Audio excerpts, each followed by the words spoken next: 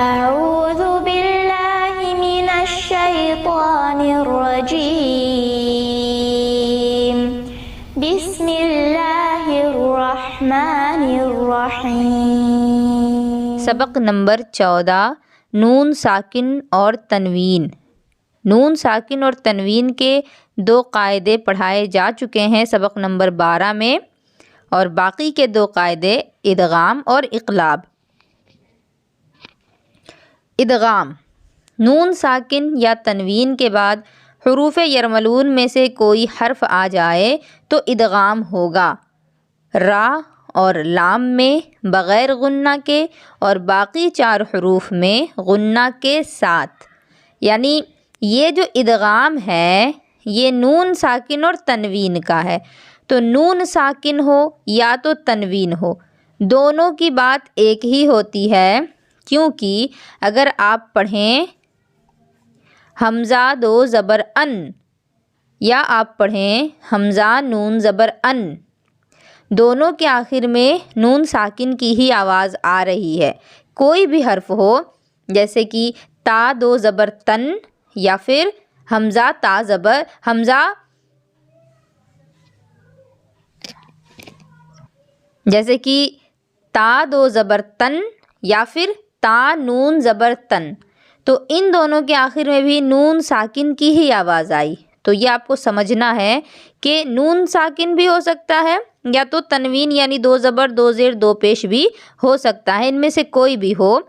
اگر ان دونوں میں سے کسی ایک کے بعد حروف یرملون میں سے کوئی حرف آئے، یرملون کیا ہے؟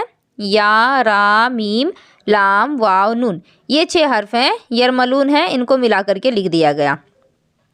تو اگر ان میں سے کوئی حرف آ گیا ہے نون ساکن یا تنوین کے بعد تو آپ کو ادغام کرنا ہے۔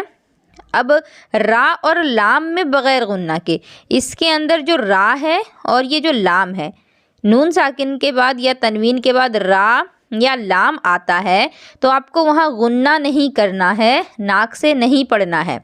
اور اس کے علاوہ یا، میم، واو، نون، ان چاروں کے یہ چاروں جو ہیں نون ساکن یا تنوین کے بعد آتے ہیں تو آپ کو غنہ کرنا ہے، باقی 4 حروف میں غنہ کے ساتھ، یعنی ناک سے پڑھنا ہے۔ حروف یرملون 6 ہیں اور وہ یہ ہیں یا، را، میم، لام، واو، نون، یہ ہو گئے حرف یرملون۔ اب آگے ہے اقلاب۔ ادغام ہو چکا، اقلاب: نون ساکن یا تنوین کے بعد حرف با آ جائے تو اقلاب ہوگا۔ یہاں بھی وہی چیز ہے، یا تو نون ساکن ہو یا تو تنوین ہو، اس کے بعد اگر با آتا ہے تو آپ کو اقلاب کرنا ہوگا، اقلاب ہوگا، یعنی نون ساکن اور تنوین کو میم ساکن سے بدل کر اخفا کریں، یعنی غنہ کر کے پڑھیں۔ اب یہاں جو ہے دیکھیں، اس کو یہاں لکھ کر کے سمجھایا گیا ہے ہجے کے طور پر۔ ادغام کی ہجے اس طرح کریں، یہ ادغام کا ہے اور یہ اقلاب کا ہے۔ میم، نون، یا زبر مئی، یا زبر یا، می، قاف، واو پیش قو، من یقو، لام پیش لو، من یقولو۔ یہ جو ادغام ہے آپ دیکھیں یہاں پر نون ساکن ہے، نون ساکن کے بعد جو حرف آپ کو دکھ رہا ہے وہ یا ہے، اور یا جو ہے وہ یرملون میں سے آ رہا ہے، مطلب کہ نون ساکن کے بعد اگر ان میں سے کوئی حرف آ گیا یا پھر 2 زبر 2 زیر 2 پیش کے بعد ان میں سے کوئی حرف آ گیا تو ادغام کریں گے من یقول، اور را اور لام ہے تو ناک میں آواز نہیں جائے گی، باقی 4 ہیں تو جائے گی، جیسے یہاں من یقول ناک سے پڑھا جا رہا ہے۔ اقلاب کیا ہے؟ اقلاب کی ہجے اس طرح کریں، میم، نون، زیر، من، ٹھیک ہے، میم، نون، زیر، من۔ ابھی آپ اس کو نون ہی پڑھیں کیونکہ ابھی تک آپ نے با کی ہجے نہیں کی ہے، تو ابھی یہ من ہے، با، عین زبر با، اب با کی ہجے ہو گئی، اب اس کو ملائیں گے تو نون کو با سے بدل کر پڑھنا ہے۔ یہاں تک تھا من، میم، نون، زیر، من، با، عین زبر با، اب ان کو ملایا جائے گا مم با، اب یہ نون نہیں پڑھا جائے گا، کیونکہ یہاں نون کے بعد با آ رہا ہے، تو اس وجہ سے یہ نون میم سے بدل جائے گا. یہاں چھوٹا سا میم لکھا ہے، یہ ہو گیا مم با، دال زیر دی، مم بعدی. اس طرح سے یہ ہجے ہے. اب یہ جو ادغام ہے اس میں آپ کو یہاں بتایا گیا ہے دو طرح سے، ایک تو ہے غنہ کے ساتھ ہوگا، ایک بغیر غنہ کے ہوگا. تو جیسے یہاں تھا من یقول، یہاں آپ کو بغیر غنہ کے ساتھ کرنا ہے. کیونکہ نون ساکن کے بعد یا ہے، اور یا جب آتا ہے تو غنہ ہوگا.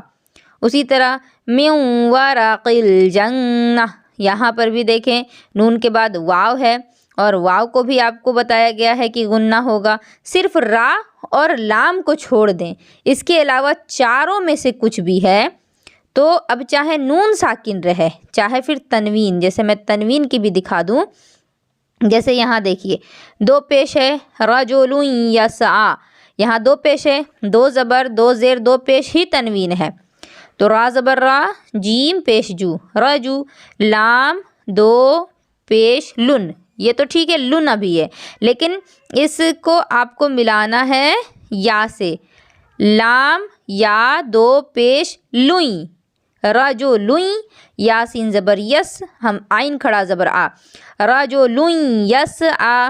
یہاں پر دیکھیں تنوین کے بعد بھی یا ہے، اور یا بھی حرف یرملون کا ہے، اور یہاں پر بھی آواز ناک میں جائے گی. بس اتنا سمجھنا ہے، نون ساکن ہو چاہے تنوین ہو، اگر حرف یرملون اس کے بعد ہے تو آپ کو ادغام کرنا ہے. لیکن ادغام میں پھر جو دو طرح کا بتایا گیا کہ غنہ ہوگا غنہ نہیں ہوگا، تو پہلے غنہ کا تو آپ سمجھ گئیں کہ یا میم واو نون یہ چار اگر ہوں تو آپ کو غنہ کرنا ہے. لیکن غنہ نہیں کریں گے تو یہاں دیکھیں میم نون زیر من، اب یہاں پر دیکھیے را ہے، اور نون ساکن کے بعد را کے لیے آپ کو بتایا گیا ہے کہ را اور لام میں بغیر غنہ کے، یعنی کہ نون ساکن ہو یا تنوین ہو اس کے بعد اگر را آئے، یہاں آپ دیکھیں نون ساکن کے بعد را ہے. میں آپ کو تنوین میں بھی دکھاتی ہوں. یہاں دیکھیں آپ دو پیش ہے تنوین، تنوین کے بعد بھی را ہے، دو پیش ہے تنوین ہے، تنوین کے بعد بھی را ہے. تو چاہے تنوین کے بعد را ہو چاہے پھر نون ساکن کے بعد را ہو، اسی طرح سے چاہے نون ساکن کے بعد لام ہو چاہے پھر آپ کا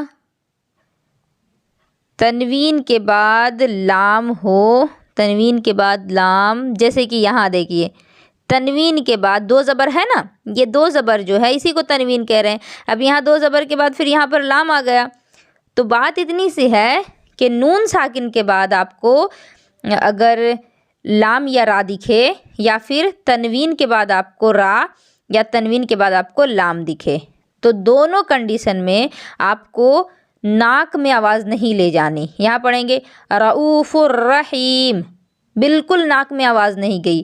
تنوین میں جو ناک میں آواز جاتی ہے نا، جیسے پڑھتے ہیں تا دو زبر تن، با دو زبر بن، سین دو زبر سن، قاف دو زبر قن، سب میں ناک میں آواز جا رہی ہے، لیکن یہاں تنوین میں آواز ناک میں نہیں جائے گی.